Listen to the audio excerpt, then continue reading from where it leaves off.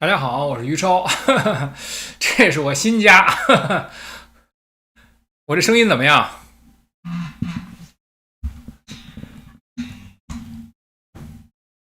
我这声音怎么样？呃，就是我呢，自从上次王志安先生啊，在他的节目提及我，然后就有很多人到我的频道上，到我的频道上呢，我从1万人吧，现在涨到3万人，涨了2倍。呃，那么为什么在这样的增长这么多的情况下，还要搬家呢？其实我想这个搬家已经想了一阵子了，那个就是多年以来，其实应该没准从2019年我都怀疑是那个前后吧。这个 YouTube 呢，它就是往下砍我的这个订阅，然后也往下砍我的流量，使得我这个几乎是没有任何收入，可以说是，假如你说，一个月30美元也算收入的话，一天1美元，我要站在街边要饭，可能都比这要的多哈。但是我呢也不是特别在意，因为就在这个节目里说呀，其实很大程度上一个就是我自己说给自己听，可以说是因为我有些想法需要总结，需要把它给说出来。当然，如果要有人听呢，就再好不过。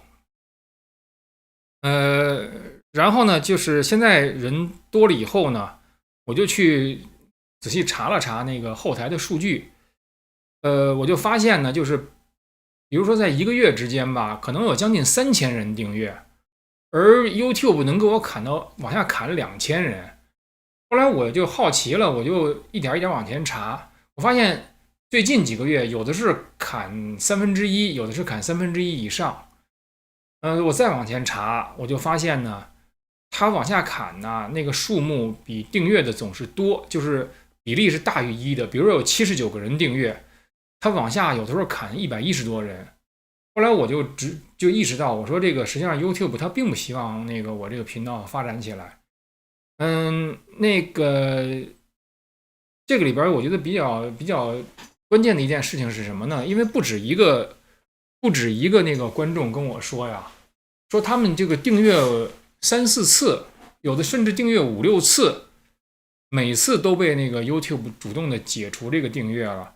我觉得这就是体现在它的后台数据上，它就是 unsubscribe，它是机器给你往下 unsubscribe，这就使得什么呢？这就使得 YouTube 本身构成了我和我的听众之间的一个交流的这个障碍了。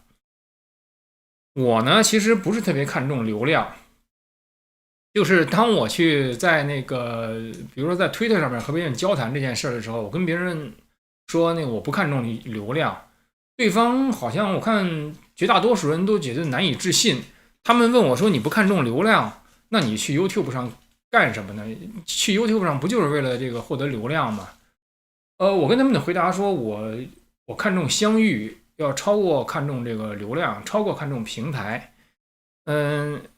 实际上呢，就是说这个事也挺好理解的。比如说你想说一些比较就是有你的听众和你是相知的这么一个关系的话呢，你就并不希望很多人来。呃，有的人就到我这个下面留言，然后他还是那种就是中文推特那种风格的，完全是99%都是情绪，然后和结论的这种留言。他以为自己能在我这儿吃得开，他以为是好像是他来这儿我就需要去，至少是看中他的这个留言吧，他完全想错了。有的人问我说：“于超，你不是也在这儿也这个言论控制吗？”我说：“对，我说这个我在这儿有严格的言论控制。”那他就质问我说：“那你这个言论控制和共产党的言论控制有什么区别啊？”呃，我说区别就在于那是共产党在控制，而在我这儿是于超在控制。我说很多人在我这儿留言，就是因为啊，我于超在这儿这个控制这个留言，留下了我们愿意交谈的这部分。那这就是我对他的回答。所以我呢看重这个世间的这个相遇。其实我觉得你要是纵观历史的话，很多人那个都是看重相遇的，因为你说你人生走一遭下来，你真正能留下来的是什么呢？这个，我觉得金钱呐、房子呀、地呀什么的，那个其实都不是你真正能留下来的东西。我觉得，如果说能留下来一些东西，那也许就是你人生中的这些相遇了。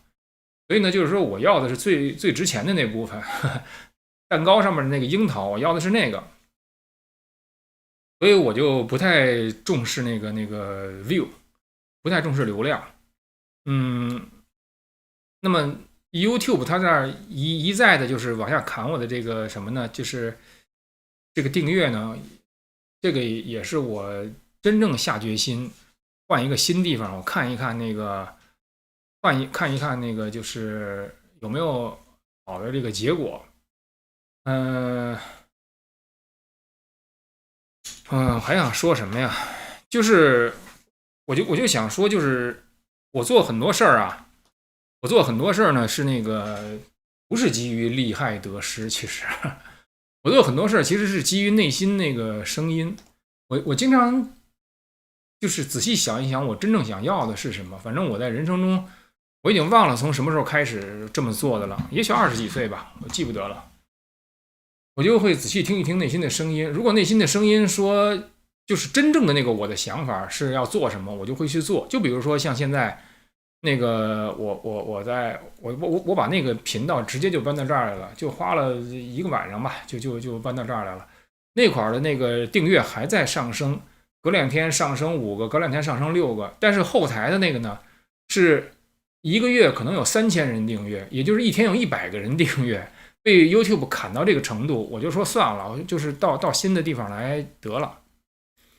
我觉得就是听从内心的声音，这是其实是挺重要的，因为你去衡量那个得失什么的，最后呢，你自己你的生命呢也会成为这个就是得失中的那个成本，我是这么想的。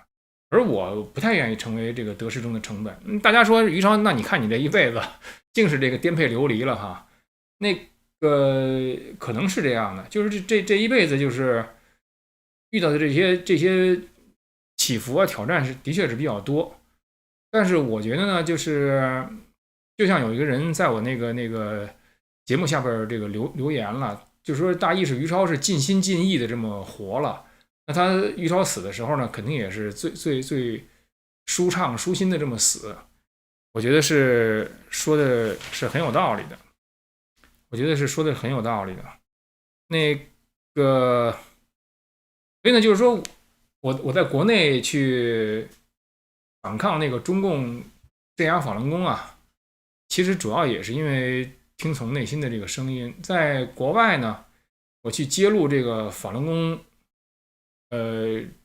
从这宇宙主佛以下那些人吧所做的那些不对的事情哈，谈出自己的想法，我觉得也是那个听从内心的这个声音。然后呢，我就去面对那个它自然出现的结果。现在出现的结果就是法轮功方面呢，为了报复我吧，然后举报说我那个要做自杀小队，对神韵那个用武器加以攻击，这基本是他们说的话落实在法律文书上的那些文字吧。然后呢，我呢就面临这个马萨诸塞州的这个州法的刑事起诉。这个是我可以面对的。那个，但是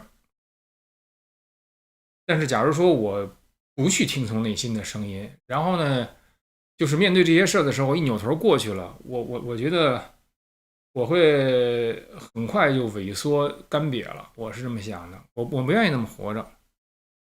然后呢，那个就是我呢，现在把那个就是给我来信的这些朋友啊，以及曾经在我那个个人网站上留言的那些人的电子邮箱呢，给收集起来了，收集了大概300多个电子邮箱。我呢正在找那个就是找那个就是合适的就是电子邮件发送的这个工具。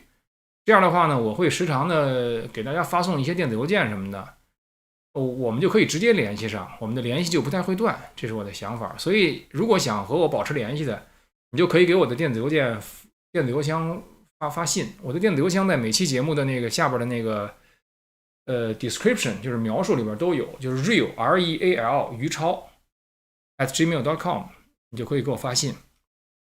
然后呢，那个我还可以说说，就是给我留言的那个一些人，有朋友让我展示一下我会封什么人，我稍有犹豫，因为我如果展示我封什么人，他们就可以根据我封锁人的那个手段呢，他就更新自己的那个什么，那个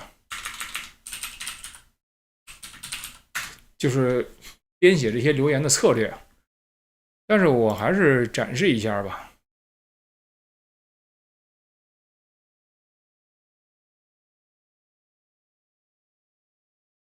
哦，我也删了不少了。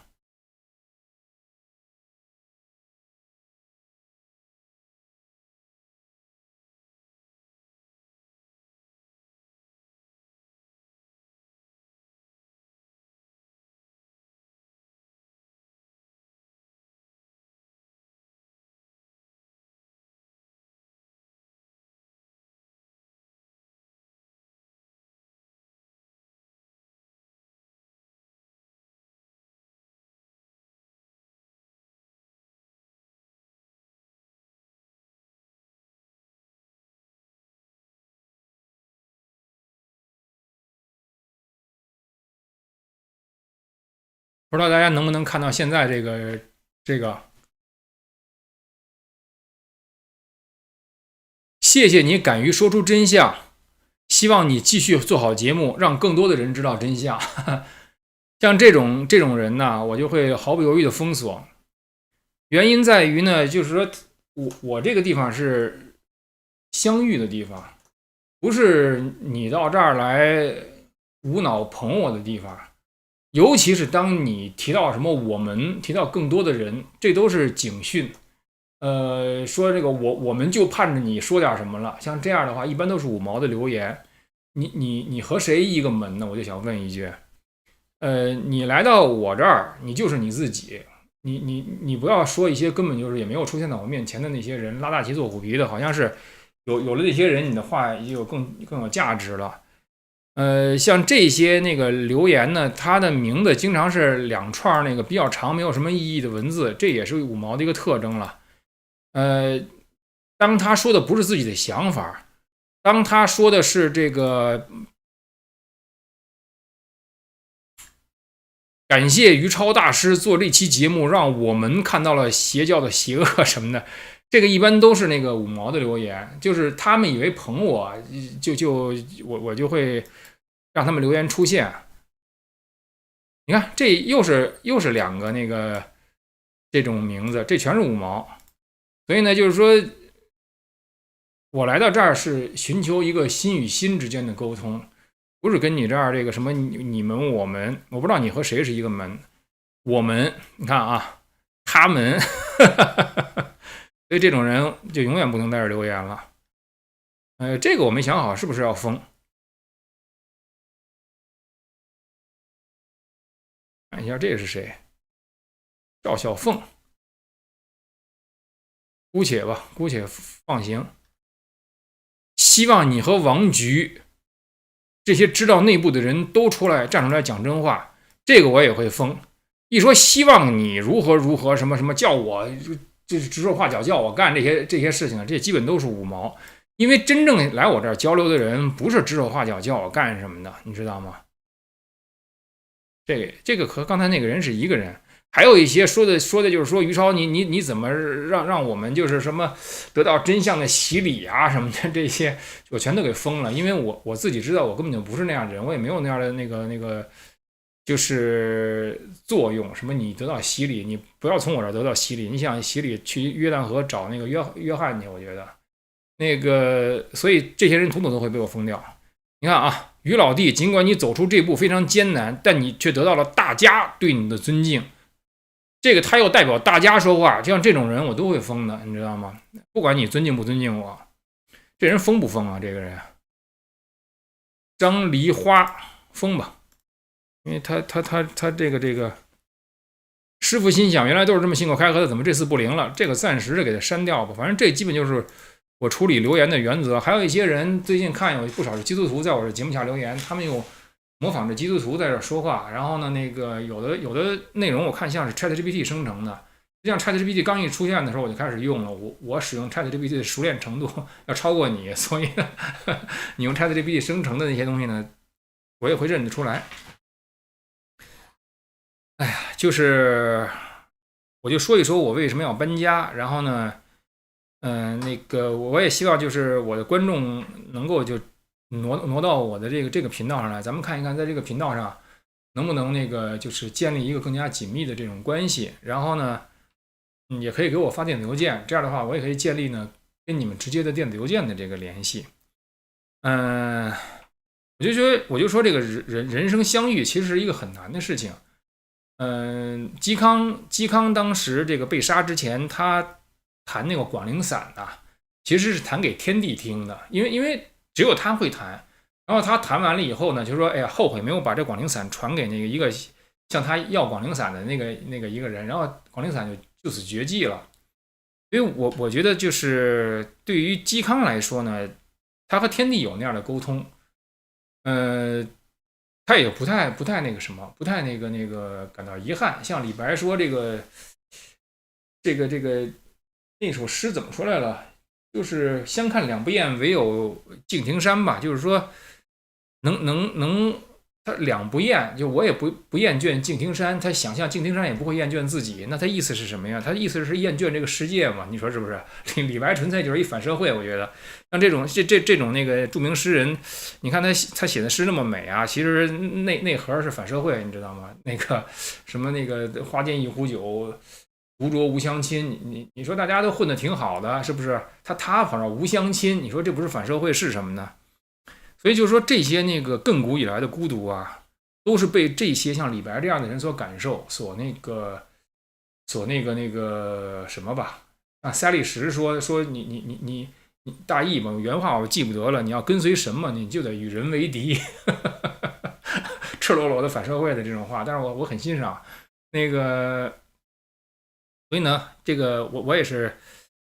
想到哪儿说哪儿，就是我比较看重相遇。然后呢，我这个频道呢，也是大家相遇的这么一个难得的一个地方，所以我希望大家尽快能来。还有一个呢，就是说现在我希望把我的节目啊，这个做上一些英文字幕。现在呢已经有几位朋友开始帮我做英文字幕了。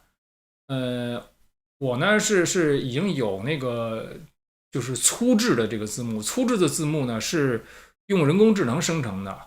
然后现在所要做的就是用粗制的字幕呢，那个校对出那个中文字幕，然后再从中文字幕翻译成英文字幕。现在呢，正在做这个事儿的朋友呢，已经摸索出一些比较快的办法了。所以谁要愿意来的话呢，可以给我发个电子邮件，然后呢，咱们商量商量怎么做这个事儿。我今天想说的话就是这些，看看大家有什么话。对。这个可能又是一位基督徒，带心带心，他说只有当内心的声音和那个超越人本的那个真理合拍时，声音才有价值。他是说的很对，说的很对。那个，那我的节目先做到这儿，我也不想耽误大家太多时间。大家还有没有什么要说的？要是没有的话，那我的今天的节目先做到这儿，谢谢各位，我们下次再见。